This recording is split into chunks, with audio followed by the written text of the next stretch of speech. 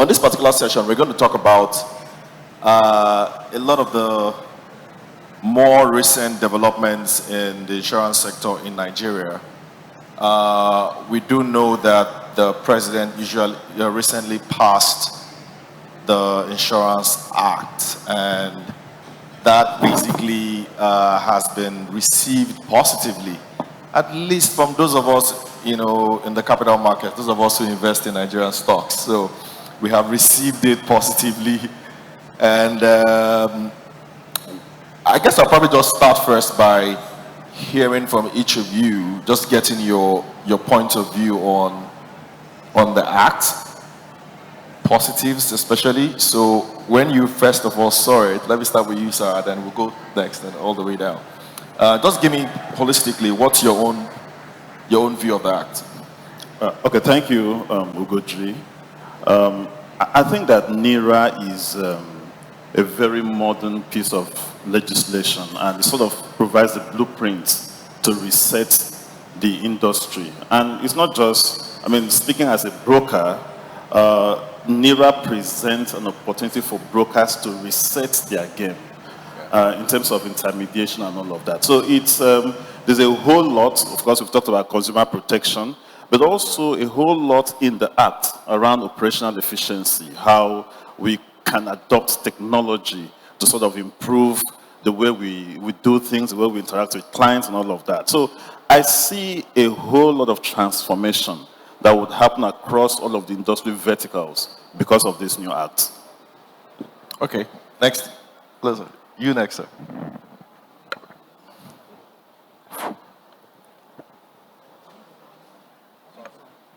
Okay, thank you so much. So I will say, first of all, thank you to Odion for a wonderful job you've done. 4.0 is just the beginning. And I'm happy with the dimensions you've added. We are looking forward to IMTX. Yep. All right, you see it's taken off. And we can hear some noise at the other end, which means, you know how you go to some gatherings and they will tell you that there are children at that end. So when they make some noise, you have to tolerate it.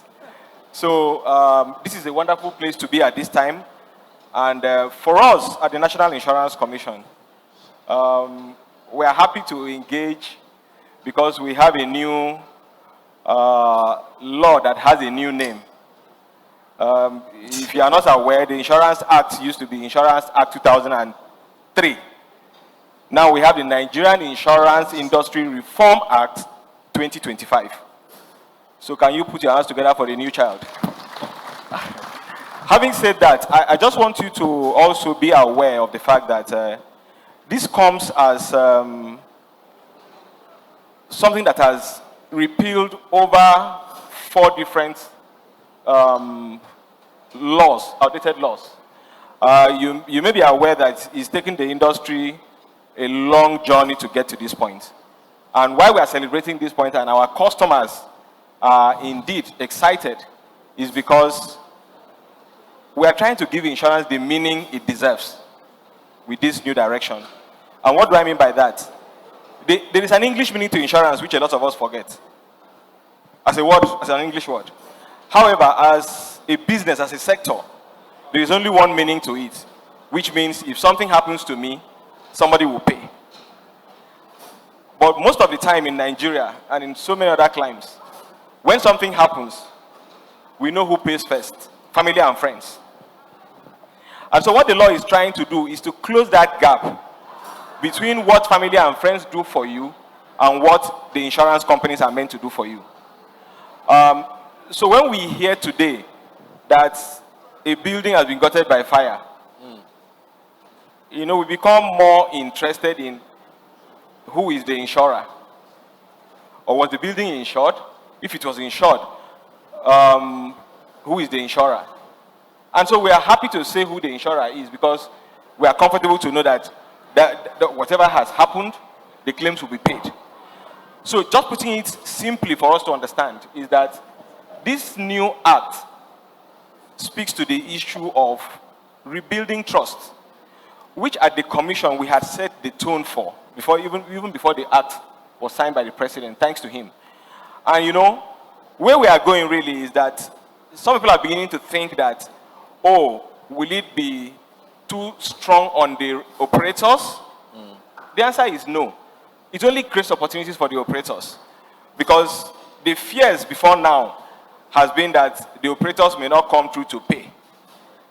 But I tell you, the Nigerian insurance industry last year paid claims of over 600 billion naira. Now, that money was not paid to ghosts. It was paid to businesses and individuals. Unfortunately, the insurance industry has not learned how to take testimonials. So somehow, NIIRA does not report that because they don't have that information. But we're going to a point where we're going to be forced to, really have those testimonials come true, and that's what the law provides. Yeah. It's just an environment, a new environment where we can begin to have that confidence that when you do insurance, you can be sure that when something goes wrong, that you will get compensated. Thank you very much for that. There's a round of applause to the Commissioner. Mrs. Lurie. Okay, thank you. I also want to congratulate the convener. I say, thanks for the good job that you're doing. If I heard your question clearly, I think when the law was first released or signed into law, I mean, the first thing that came to my own mind on a lighter note is, what managed to get in there? What were the things taken out? What were the things sneaked in? That's just on a lighter note. Because for me, NIIRA was not just dumped on us. It was something that came out from us and other people built upon to have whatever we have today. And so as an institute, that is the Chartered Insurance Institute of Nigeria, that is saddled with the responsibility of building capacity and developing manpower, not just for this market, I think is something that is very nice, and where people are full of expectation, and where the institute needs to just roll up the sleeves and see and say to ourselves that along the value chain, how can we develop skills? How can we enhance existing skills? How can we attract talent? Because honestly, even if we have the law, some people is meant to be driven by human capital. And so for me, capital development is, human capital development is an enabler. And so I see it as a challenge and a catalyst to develop the industry, not just in terms of bringing in more money, but even in terms of skill and capacity building. Thank you. Thank you very much, Mario. Round of applause to our CEO, sir. Thank you. Good morning, distinguished ladies and gentlemen. As an insurer, I'm excited by the NIIRA Act. Fortunately, I was a very active participant in the process of birthing this new law. NIIRA, I think, addressed most of the issues across the value chain. Like the Deputy Commissioner mentioned, it prioritizes the interests of policyholders. And I'm going to say that again. It prioritizes the interests of policyholders. That's why I was confused. I can bet that what has been lacking, or one of the things that has been lacking within the insurance space, is lack of trust in the process of insurance. With the Act, a couple of things are now codified into law, and the insurance companies do have a lot of things, a lot of provisions of that law to meet. I'll just give a very quick example. The process of meeting claims has now been put into this law. There are very strict timelines within which we must pay insurance claims.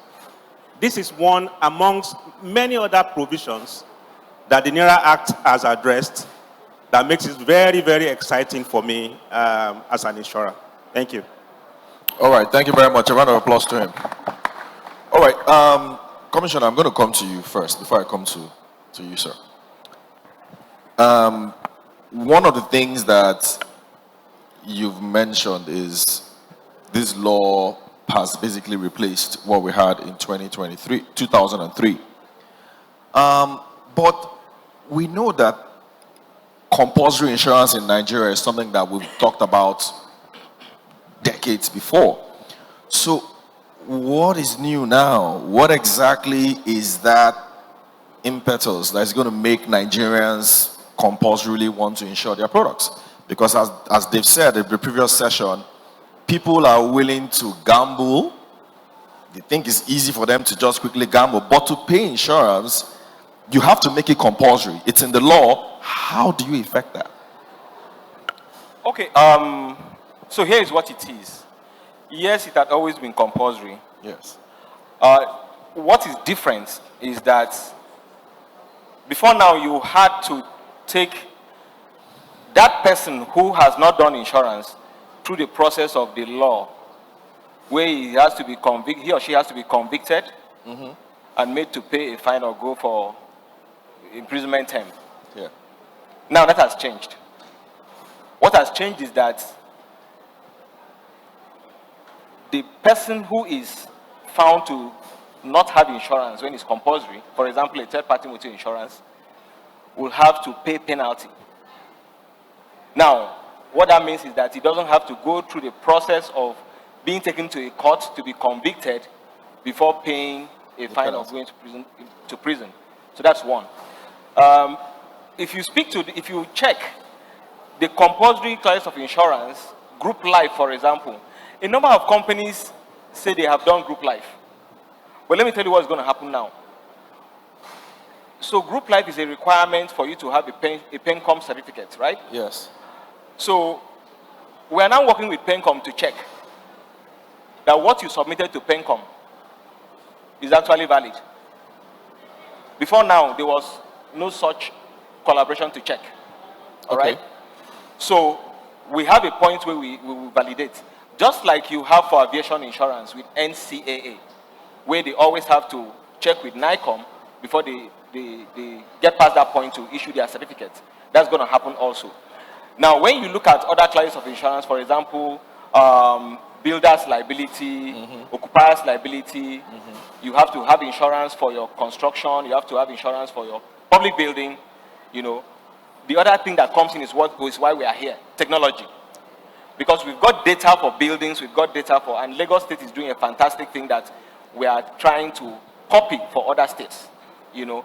So basically, you have a platform where you've got to register to get approval for your building documents.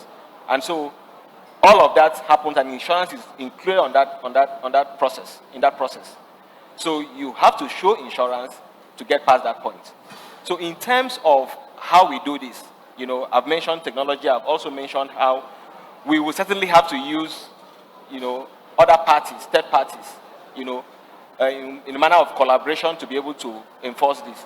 And what we started doing last year, for your information, is that for the buildings, for example, we have a multi-stakeholders committee that's got all the building, you know, stakeholders in that committee.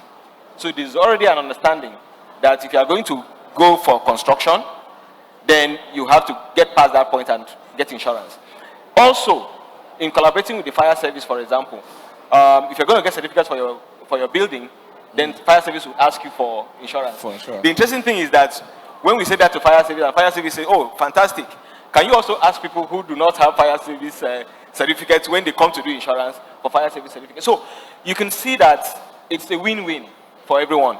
And of course, all of what this says is that, importantly, the person who walks into a building is safe, in the sense that should he get injured or should that building collapse and there's a death, then the family or the person will be compensated. That's how it is. Okay, sir. I still want you to answer this. Let's try and role play. So assuming everyone here, I think is there anybody here that downfall has not hit your car before one day in Lagos? At least you would have keke. So let's role play. So downfall keke hits my car, right? And we assume that the downfall has a third-party insurance, which is compulsory. So what do I do at that point? Like what? Okay, so the downfall guy goes to jail because he doesn't have insurance. Who cares? My car is bad. How do I get compensation? Just trying to role play it. Okay. So the insurance companies that offer those different types of third-party insurance are here. The basic third-party and then what we call enhanced third-party and all of that.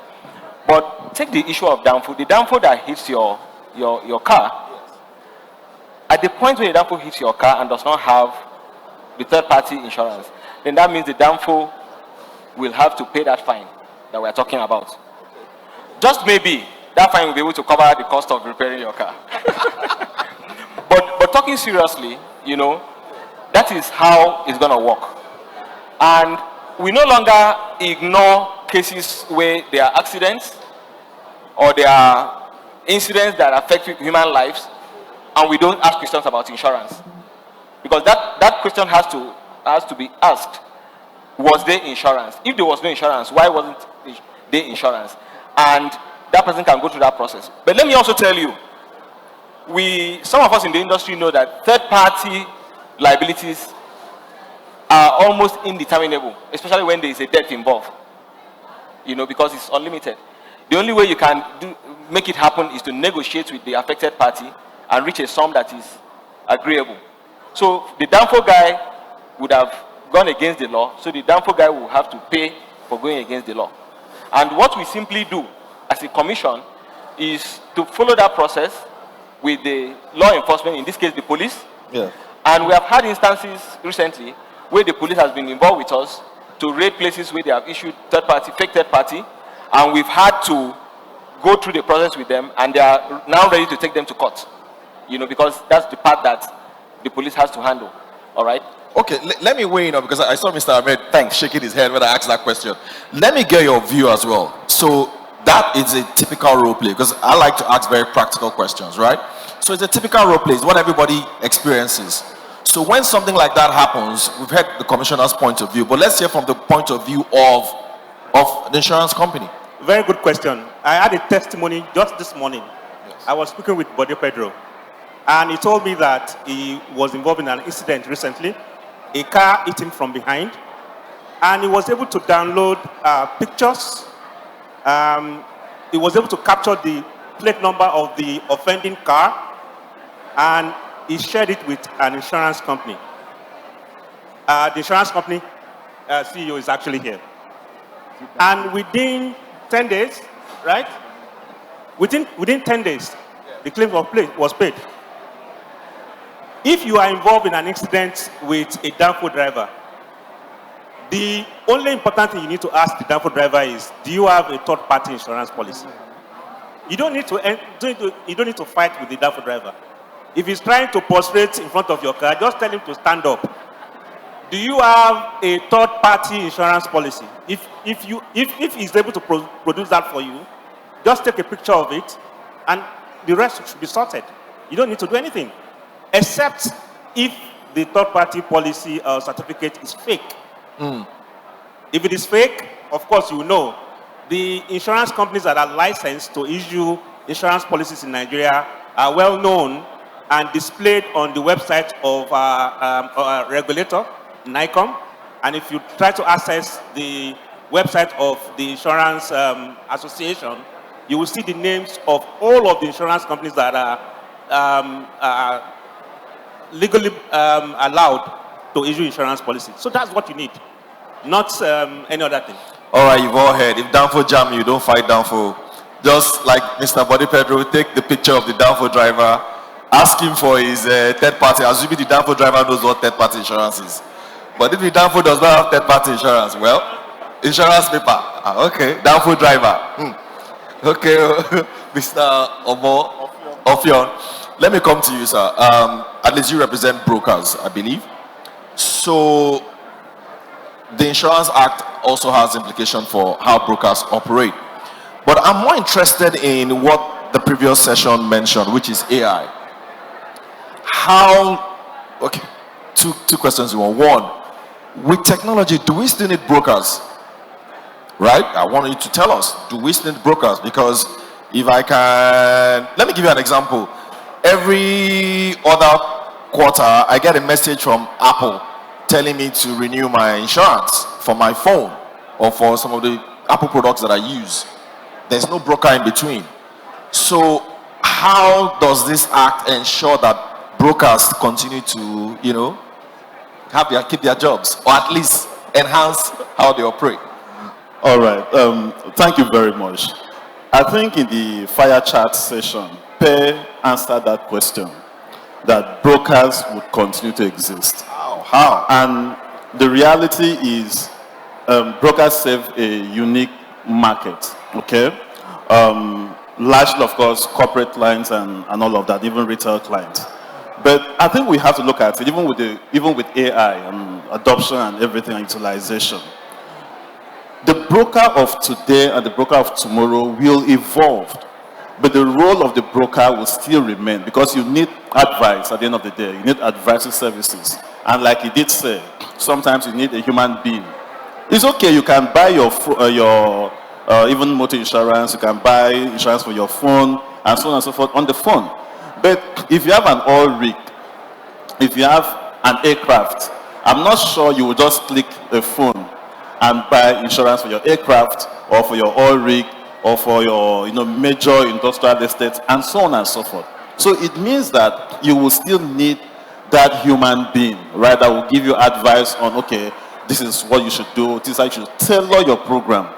Advice that is specific to you based on the data that speaks to you. So what it is that you are going to have brokers that are digitally empowered to provide advisory services, because that's really what we are. And don't forget that the broker's role is more than just selling. It's not just about to come and sell, right? The broker is also very integral in that process of transparency and trust. When we talk about trust, which is a missing link for insurance, the broker plays a very critical role in ensuring that even issues around compulsory insurance becomes an issue of adoption. So you're not buying from a place of compulsion, but you're buying from a place of adoption. So brokers have key roles to play. And so as advocates of customers, it's like saying tomorrow, would they be lawyers?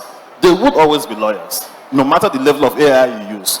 It's just that it will be in one form or the other, because we are advocates of the client, so we would always be there. But it's about how do we use data that speaks to you. So we are analyzing you as Ugodri and giving you a service that is unique to Ugodri and not the one for Peter, right? So we as brokers must also adopt AI.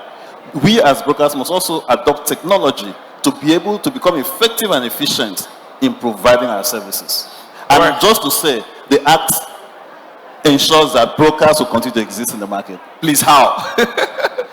Oh, so the Act does that. So we must always use brokers still.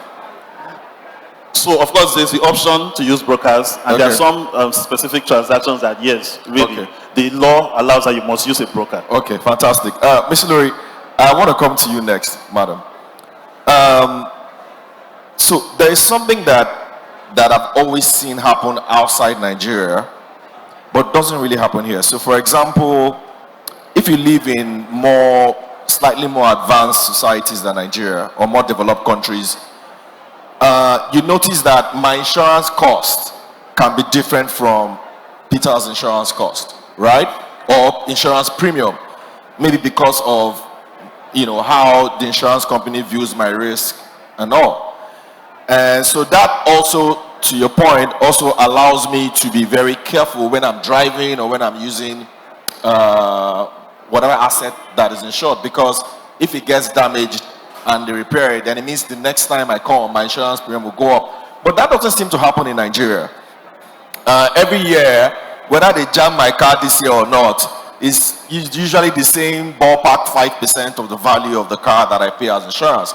So in the current act, are there provisions in there that allows for more market-determined premiums, such that if I have gone years without making claims. I've been very disciplined. Do I get a lower premium compared to the next guy who probably has been risky or who probably has had claims? Okay, thank you for that question. I want to say to you that insurance practice is global, and whatever happens anywhere happens in Nigeria may not be to the same extent. For example, you were talking about just motor, and I want to say when you come to the life side, a lot of factors about you as an individual will play a role in determining how much you're going to pay. And also within the motor vehicle insurance that you have spoken about, there's a reward for you if you have not made claim over a certain period that is called no claims discount. So you enjoy some discount for not having made a claim over a certain period that insurance will consider a discount for you and you will be rewarded. And then another thing that I want to say is that, you know, for this NIIRA, one good thing about NIIRA is like a framework law.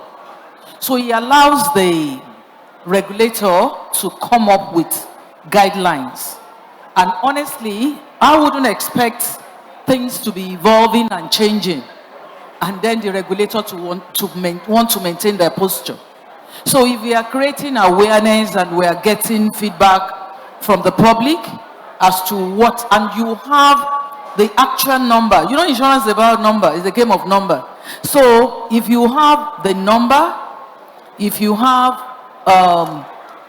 the feedback, I believe even and don't forget, I mean, like the deputy commissioner said, you know, this law tends to, and I think Kule also alluded to that, that's a huge protection for the buyer, for the consumers. And so I would think a constant review is part of the evolution that we'll witness in this market.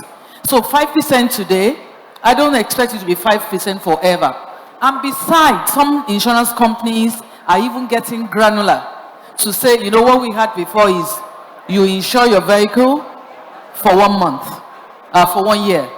But now people are saying, you know, you pay as you drive.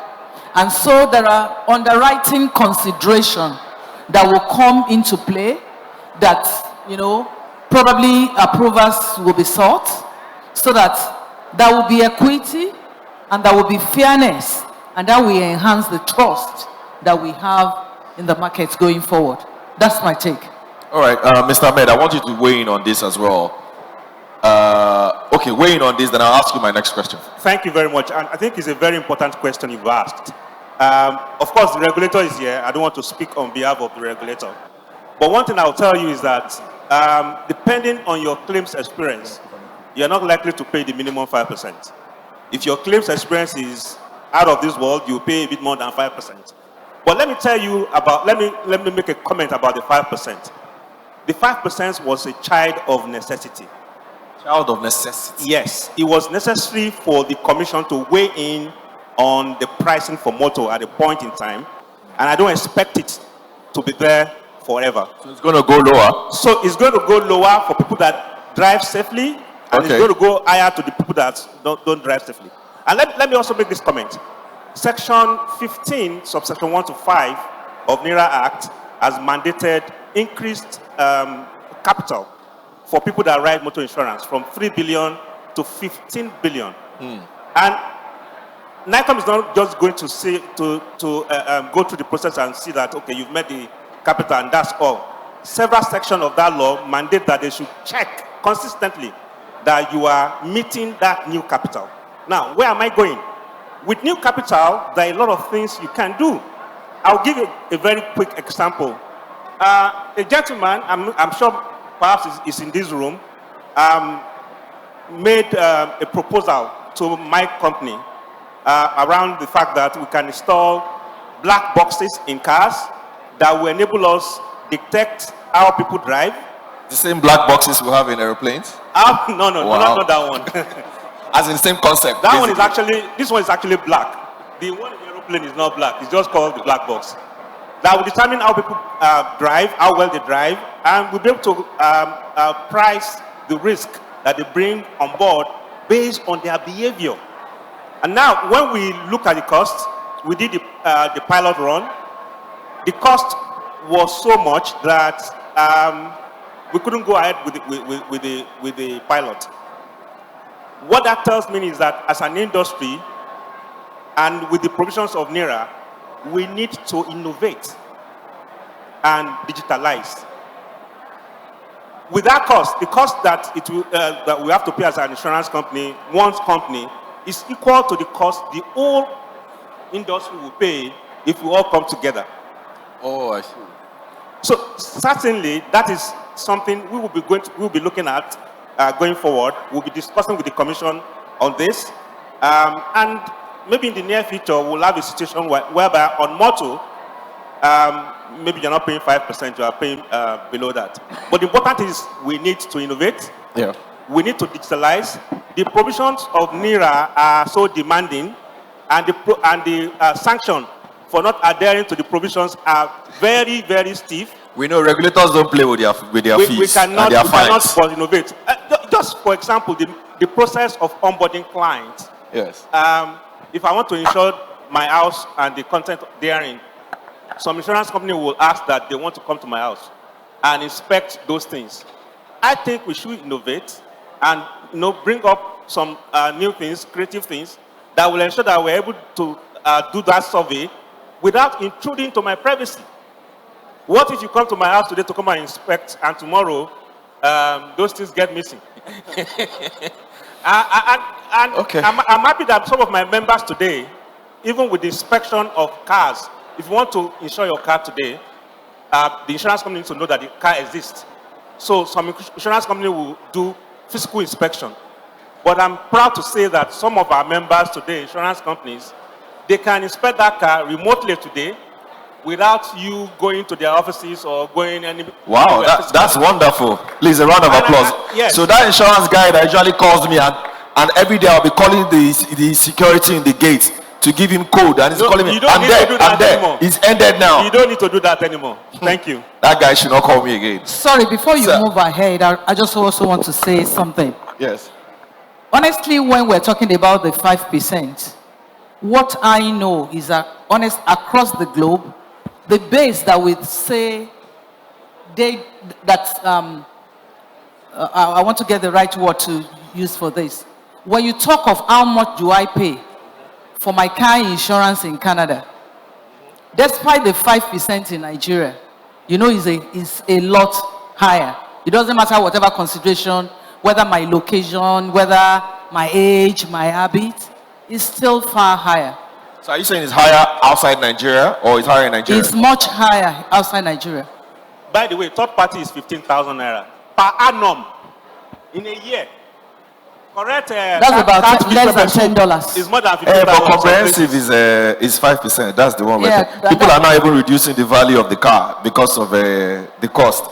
Deputy Combs, let me come to you, sir. I know you want to weigh in on this question, but still on this, you want to weigh in on this one we're talking about? Just listen to what I will say. Yes. While I listen, sir, there's no time. While I listen, sir, see this one right now. We're talking. This is insurance in technology. I know that outside these countries, and I'm saying outside this country as well, because we have to use global standards, global benchmarks, right?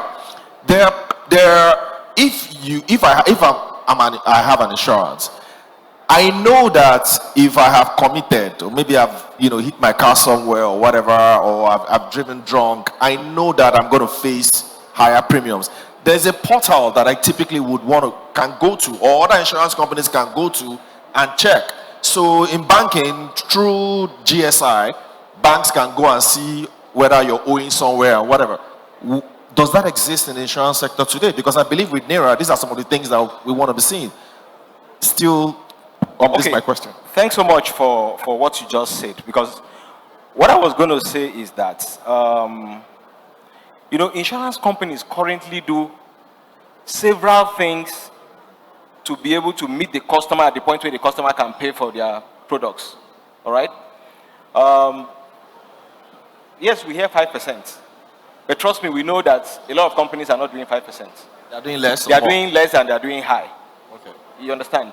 And we are coming through with that to be able to moderate that, thanks to the NIIRA, which gives us, you know, a new teeth.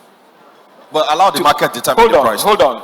A new teeth to be able to do that biting that is required. Because the point I'm trying to make is, a number of insurance companies do different things, but manually. So if you call an insurance company and negotiate, because you have called to negotiate, they give you they agree with you. And they do the same thing with Mr. A, Mr. B, Mr. C. So I think why we are here today is to be able to say, what kind of technology can we then use to make that happen without that direct talking to me? All right? And when we can achieve that, it means that the customer is happy to approach the insurance industry, the insurance company, whatever, and just put his own data. I move my car once in a week and things like that, and you are given your rate and you pay. All right? As different from you walking into an insurance company and saying, can I get this? And they say, yes, you can get it. But you should be able to sit in your house also and get the same thing without engaging directly. That's one. Then the issue about whether there's a portal or what have you, yes, indeed. There is a database that the industry is using, and there's also at the regulatory point a data that gathers information and enables some of these things to happen. But the point I'm making is that where we are today, it gives us even more enablement to do some of the things that we are talking about here and to see how we then go from there. Claims, for example, is something I know a lot of insurance companies still do in a very manual way.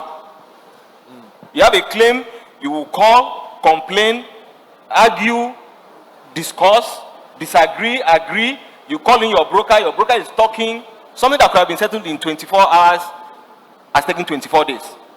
You know? So what is that technology that we need to plug in? Because some of the questions you hear are also regular questions every time. Why should I, you know, okay, I didn't know. Okay, now you know. Now that you know, this is what we will do. And then the broker gets involved and the thing changes because the broker is knowledgeable about what you are doing. So I'm making the point that let's think about the kind of technology that can then be used to make sure that some of these regular engagements, you know, are automated and they happen. Thanks. All right, fantastic, sir. So I guess that's where brokers also come in, because I mean, I believe brokers are one of the, you know, players in the sector that should be at the forefront of innovation. Otherwise, you'll be disrupted. You've heard what the AI guys are doing.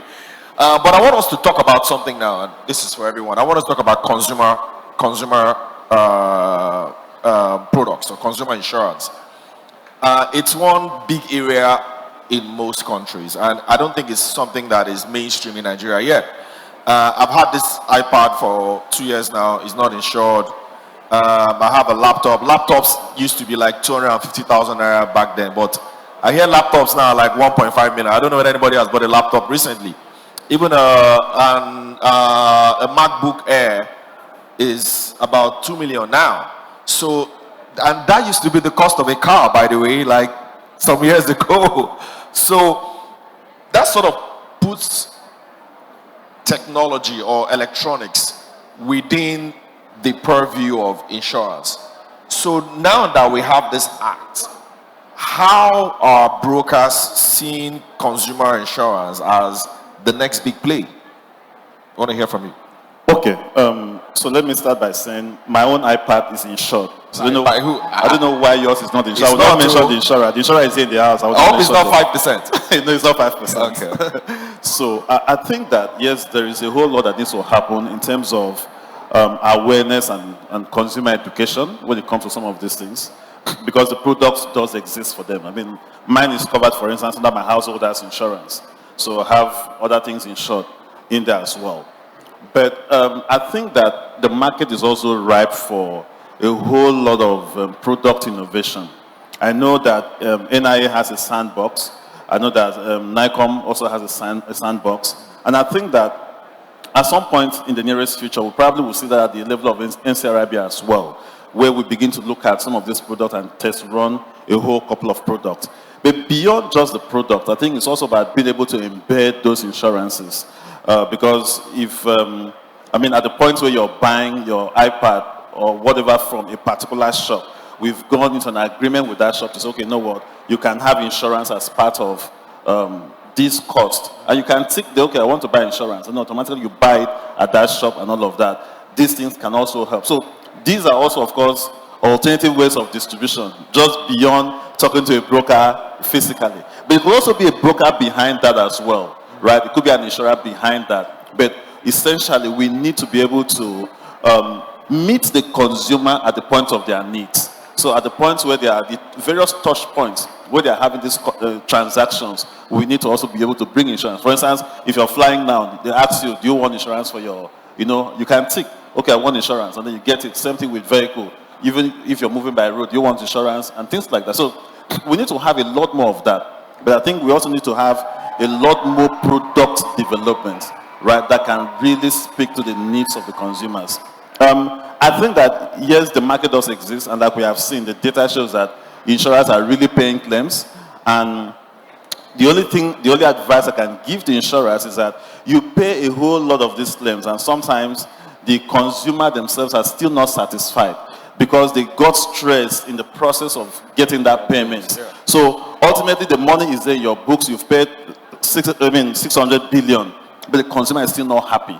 And that is the role that we often play as brokers, to come in and intermediate. And of course, thank God the regulator said, so that when the broker comes in to speak, the game changes. Right? So I think that all of us needs to be able to ensure that there is ease with which the customer can make claims, because that is what will bring the customer to come back to do the business. Right? So it's not just about the products, it's about that ease with which you can make claims. And of course, because that's the real realization of insurance, it is in the claims. If there's no claim, as a broker, I pray for claims to happen, really, because that's the only way you can see the value of insurance. The insurer may not be praying for that to happen every day, but the truth is that the insurer should be praying to see claims happen so they can show that, yes, this product works. Yeah. The efficacy of the product is in the claim settlement. Thank you. Okay, I also want you to weigh in on this, Ms. Lori, as well. How do you also see consumer insurance as, I guess, the next big thing for insurance in Nigeria? But I want you to come from the point of view of price point, because at the end of the day, people who use most consumer products are regular Nigerians, and that's a critical mass. So, I mean, how do you get somebody who's, you probably see somebody who's using an iPhone of 1.5 million, but that person's salary is 150,000 naira. It happens a lot. So, and this is part of the market that we're looking at. So how do you price these things in a way that it's in their price point? Well, for me at this point, I think for the insurance industry, we need to, step up our partnership on embedded insurance, so that from the point of purchase, you don't even, the thing is, once the item is taken out, extra expense on it, you are looking at it as an extra cost, and you are not looking at, the service to be derived from it. So for me, I think we need to do a lot of, and it's not something that is new, it's something that we do already. We talk of partnership with Jumia and some other organizations like that, institutions like that. So what I think we should, try to step up our game on is partnership, so that you don't even feel it. You will take it as part of the cost of acquiring the phone at the point of purchase. Okay. And so is for individual companies to, arrange this partnership, and then for it to be acceptable. Sometimes some of these partnership, the companies want to take ownership of it, and they want to be like the face of the insurance itself. What I mean is, if you go into Marks and Spencer's and you buy anything, you see the leaflet there portraying them as if they are actually the insurance company. So in terms of, and I think kudos to NIIRA, because even partnership agency is now recognized. And so at the level at which we are, I think the regulators should, the bar should not be, there shouldn't be an entry barrier for this new innovatives, innovations. So anybody wanting to partner, the entry requirements should be something that is lowered. And at the same time, we as an institute will be ready to say, well, there are basic things that you need to understand about this partnership that you are going into. And it becomes easy for consumers. We preach the culture. And like Peter was saying, you just need to experience it. You'll be so happy that, so this thing works. So, experience is something that we should be after. He said he's praying for claims to happen. Honestly, I think insurance companies also should. Sometimes you are praying, because I remember when I was still an operator and we designed a product, we had to make a margin that it doesn't matter, a 5% margin. I'm saying this with all sense of responsibility, whether they are trying to come to us in a fraudulent manner, but just because we want them to know that this thing works. We were saying, just come. We made a margin of 5% to say entertain any kind of claim without, really, really harassing them, whether it's something that had to do with personal accident. So whether you went to an orthodox doctor that has no receipt, whether there is no prescription, just come that you had a claim. We made a margin of 5%. And so education for people to know that these are benefits that exist and you can enjoy. Partnership with the source of purchase so that it makes it easy or easier for them. And then education that insurance works, because insurance works. Fantastic, fantastic. Thank you for that, madam. Round of applause. Mr. Ahmed, I also want you to weigh in on this, and I'm wondering, and I'm sure you're salivating already, this looks like a very huge market. I'm just imagining all these offices in Lekki or even in Ikeja here where they don't even have building insurance. And these guys, if you check the amount of laptops they have, think of all the startups you have in Nigeria. How do you serve that market? You are very correct. I like the question, and I think Mrs. Lori answered the question quite clearly. But let me share this information with everyone. We have a lot of international companies coming to Nigeria. They are not coming here because you have oil or you have oil companies. They are coming because we are 230 million Nigerians, and they see the opportunity. With consumer insurance, I think we have a couple going on right now. Mrs. Lori talked about embedded insurance. I think, and that's where we should start from. When you buy today a phone or a laptop through some platforms today, you are buying an insurance policy. I can assure you. If you buy 2 slots, I know slots do have partnership with some insurance companies in Nigeria today, whereby if you buy a phone from slot, check the documents you are given, you have bought an insurance policy. And that doesn't even stop with only phones. Today, you can buy health insurance with your airtime on your phone. And these are things Nigerians are doing currently. But we are still scratching the surface. We still have a huge population of different subsectors of our economy that we have not touched at all. You talk about downfall drivers. Who is proposing what works for those sectors, for that particular sector? Something must work for them. And we need to crack what will work for them. I'm not a fan of saying that, this cannot be insured or that cannot be insured. We need to find the right way to insure those things and the right platform to push those things through. Partnership is one of them, which we haven't done, we haven't fully exhausted, but there is still a bit more. And I think various meetings like this will throw up those things that we can discuss and come to some conclusions. All right, thank you very much. We have less than 10 minutes left, but I want us to touch on a number of things. I'm going to come to you, sir. What I want us to also touch on is health insurance. I like to use my experience as well because I think it's the experience of a lot of people. So if you've used health insurance in Nigeria of late, the rate at which these HMOs call you when you go to the hospital, you wonder whether they are the ones that are the doctor. There's one that calls me and says, "Are you sick again?" I'm like, "Hey, are you down? Can I not be sick again? I've bought the insurance already." And the guy is asking me, why am I sick again? So now, even when I'm going to the hospital, I'm afraid. Because once I go there, he already knows that I'm sick again. And you call me, "What is it again? Are you not resting?" So I'm just curious to know. Health insurance is one huge play as well in Nigeria, where a lot of Nigerians don't have health insurance. You've seen state governments try to weigh in. I think Lagos State has this ILERA or something, where they're trying to get a lot of people to come under this health insurance umbrella.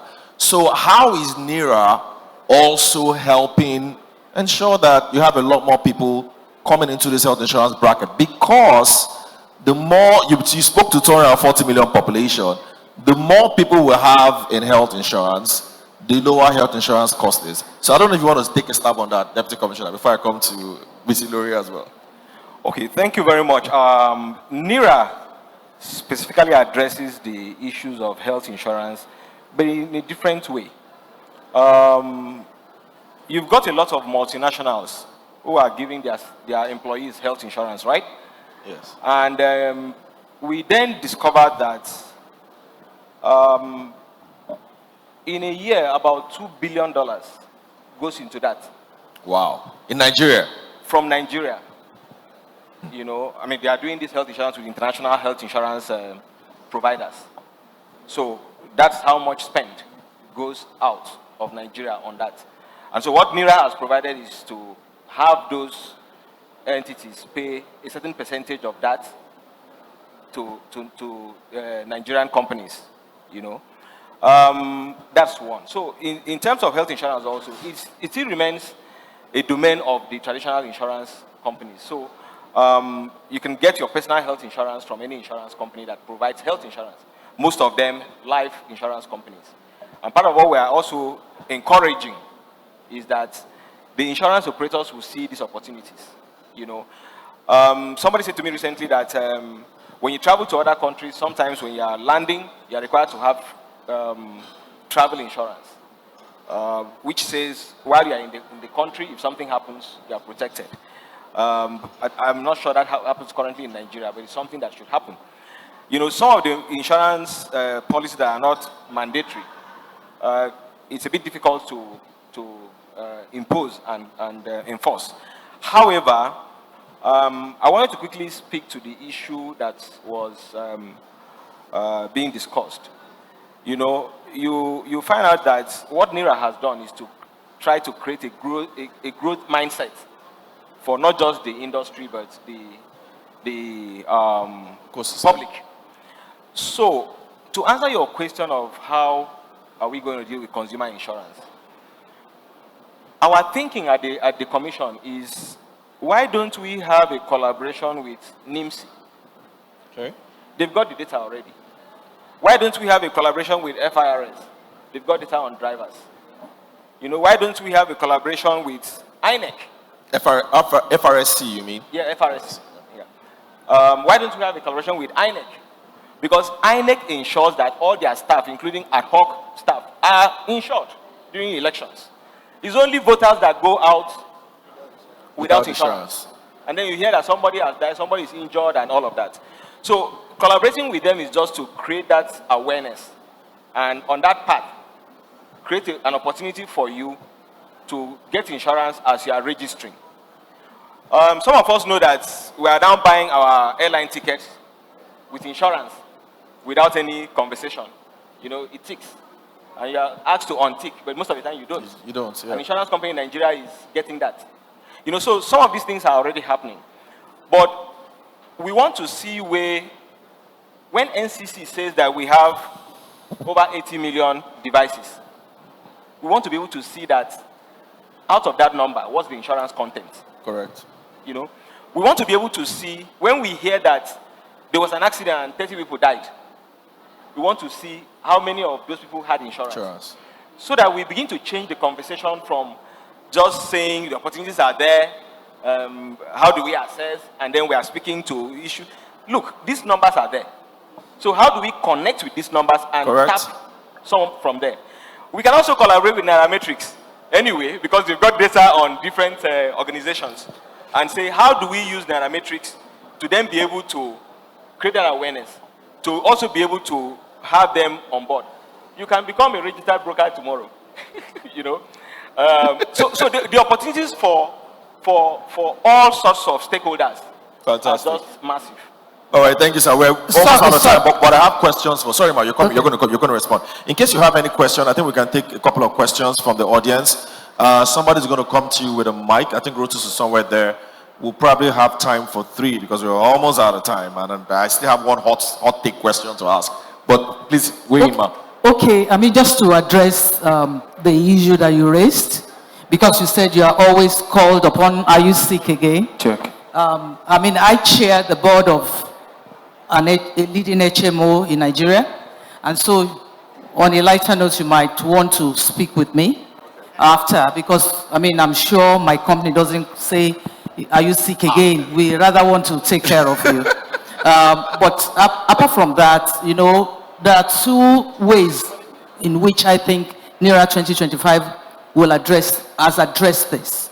You know, you don't expect companies to bring in so much and want to do the business that they are doing. You know, a number of HMO does not directly come under insurance. I mean, they are under NHI.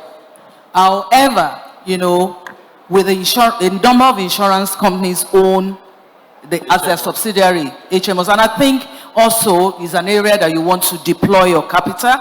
I know a number of companies will have I mean, I know the agitation from the regulator that why are we not doing health insurance? I used to work for a company that did health insurance, and honestly, the moral hazard was something that got them packing.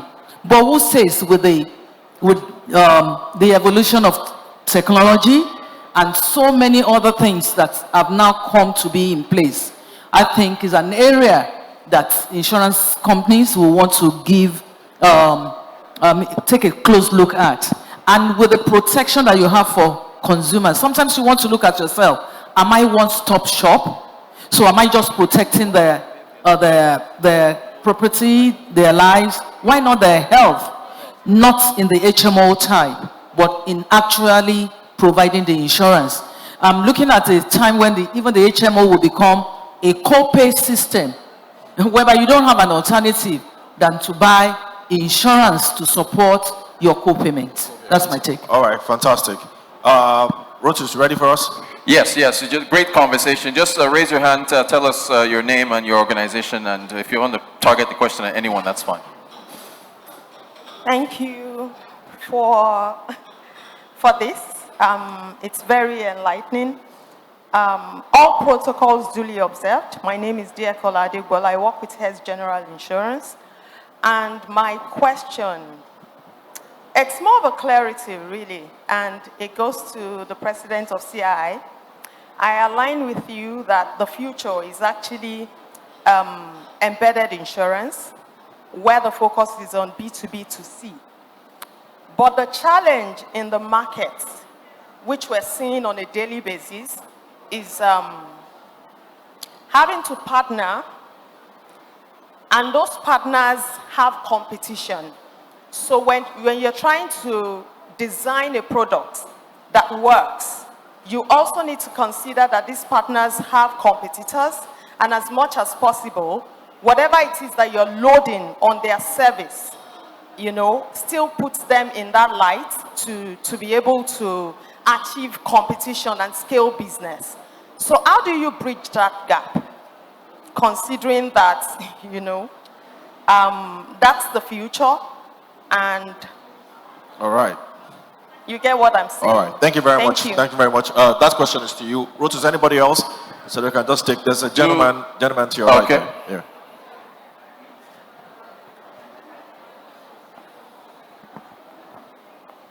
Your name, sir, and organization.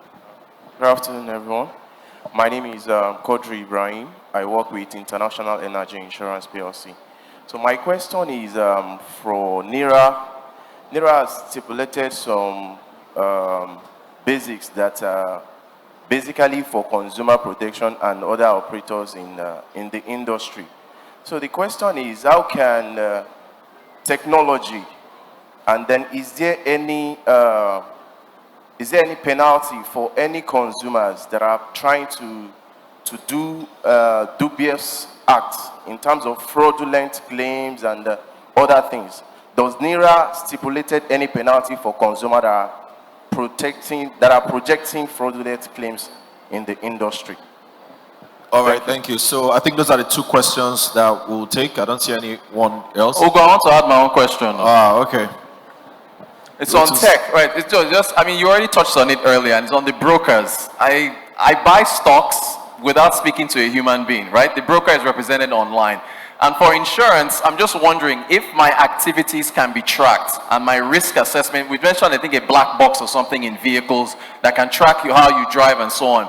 Are brokers really, human brokers really going to have a role to play going forward? Because I believe that if AI can track my activity from morning to night, my risk can be assessed and I can be sold insurance with options. That's my question. Thank you. All right, thanks, Rotus. There's some guy there. That will be the last. Yeah.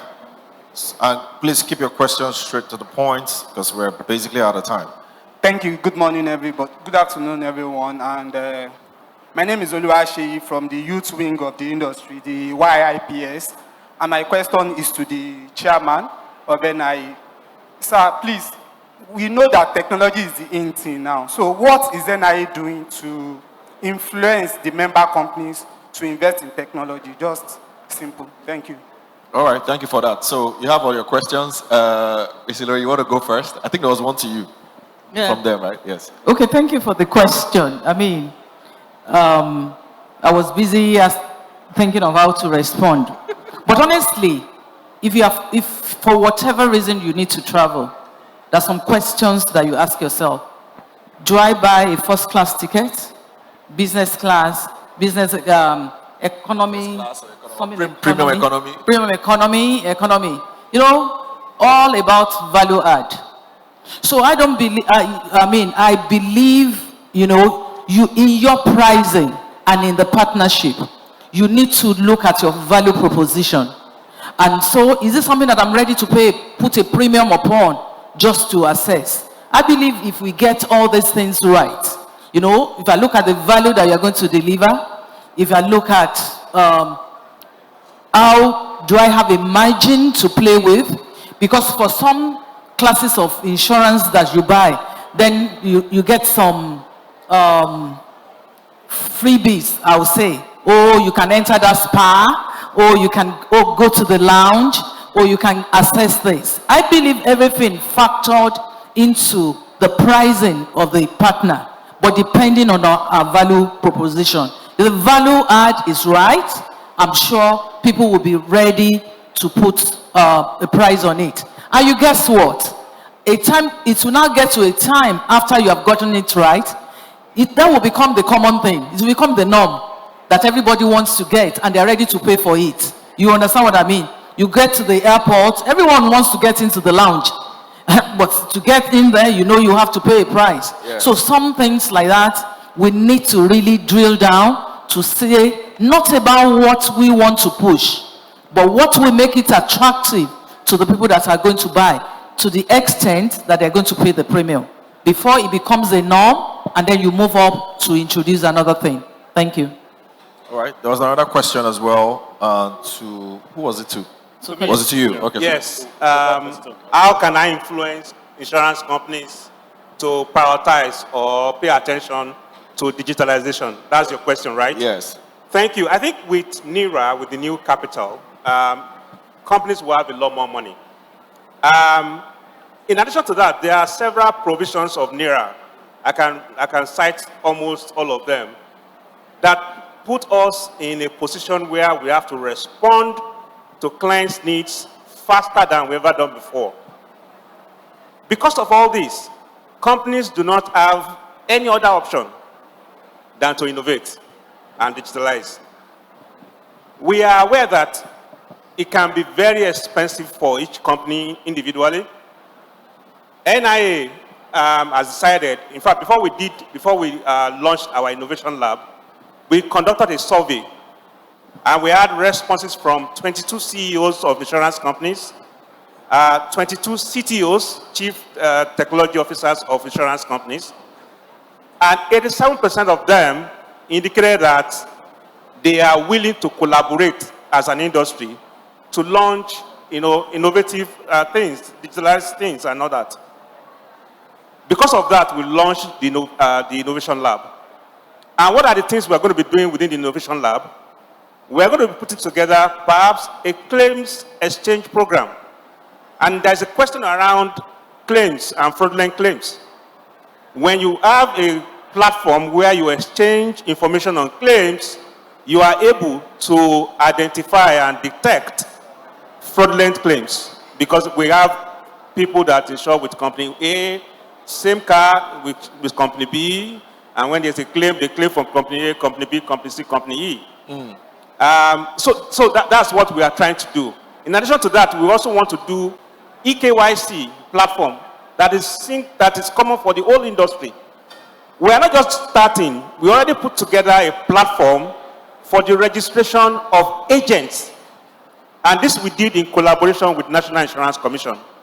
It was about 6 companies in the market that started that. We thought that it would benefit everyone in the industry. We mentioned this to NICOM, and gracefully, NICOM took it over. Today, that platform is available for agents to be registered. So there are things we are doing. All right. We need to do a bit more, and we are ready to do a bit more. Thank you. All right, thank you very much. There's a question for brokers as well. The one for brokers. Yes, so before I address the question for brokers, just to mention, in addition to what the president said, the question that dear caller asked, I think sometimes we need to look beyond a couple of things.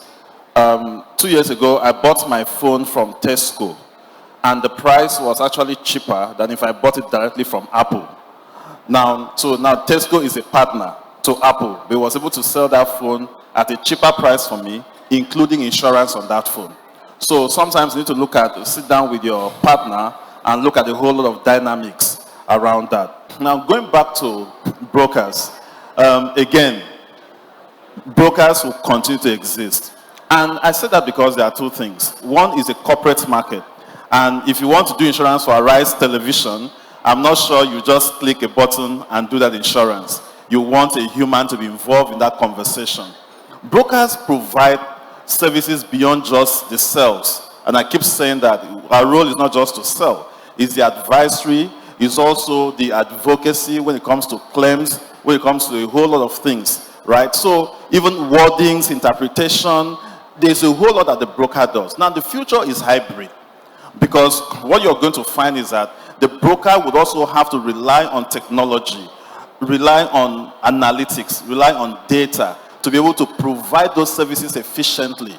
But you will not completely remove a broker from that equation, because the knowledge is still resident on the broker is a professional, okay? So he has a knowledge base, and that knowledge base is not something you just take away. So yes, AI and technology would enhance that knowledge, but it will not replace it. Now, in the retail space, you would have a lot more traction outside of brokers. There will be a whole lot of intermediation, a whole lot of disruption and all of that. But also just to say, again, for the insurtechs are in the house. I see a lot of you try to partner with insurers and you run away from partnering with brokers. You are in a better state to partner with brokers, because really we already have access to a whole lot of data, a whole lot of the market. And so come partner with brokers so we can move this market forward. Thank you. All right, you heard that, Rotus. Go partner with brokers. All right, so this is the last segment of this. We're almost done. But if you watch a lot of my things, but my podcast, I always like to do this buy, sell, or hold. All right, so I want to put you guys on the spot. So buy means you support, sell means you're against it, or you don't support it, and hold means you're neutral. I hope I won't see any hold. All right, so we've seen insurance capitalization is likely coming on. We're seeing a lot of M&A deals happening in the insurance space. And some of us, like Rotus here, when we debate, we say it looks like we're going to see a big 5 insurance companies coming up very soon. And some of us that are more bullish even think insurance companies could one day, maybe in the next decade, be bigger than banks. And so that's my buy, sell, or hold. Do you think that insurance companies in Nigeria, based on this act, will end up being bigger than Nigerian banks? Buy, sell, or hold? Let me start with you.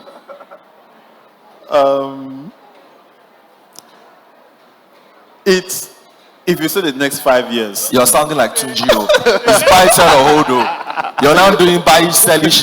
Because I'm trying to be realistic. Buy, sell, or hold. Buy, sell, or hold. Sell. Sell. You don't believe that, sir? Should I? Okay. Insurance companies are currently bigger than banks. In Nigeria? Yes. Let me tell you why I have said so. So what you see all the time is the premium insurance companies pay. Sorry, the premium you pay to insurance companies. You don't see the sum that insurance companies hold for the premium you have paid. Let me give you an example. And I will ask, how much is the value of an aircraft? Just give me an idea. Maybe $30 million? Well, some are $150 million, some are $300 million. Depends. Maybe $30 million. Convert that to NIIRA. And then add the number of aircrafts you have in Nigeria. Do the arithmetic. And then you will see that what insurance companies have are in quadruples of millions. But that's the risk. So not the balance sheets of the insurance company. That's what they are protecting. So when you say, are insurance companies bigger than banks? I say yes.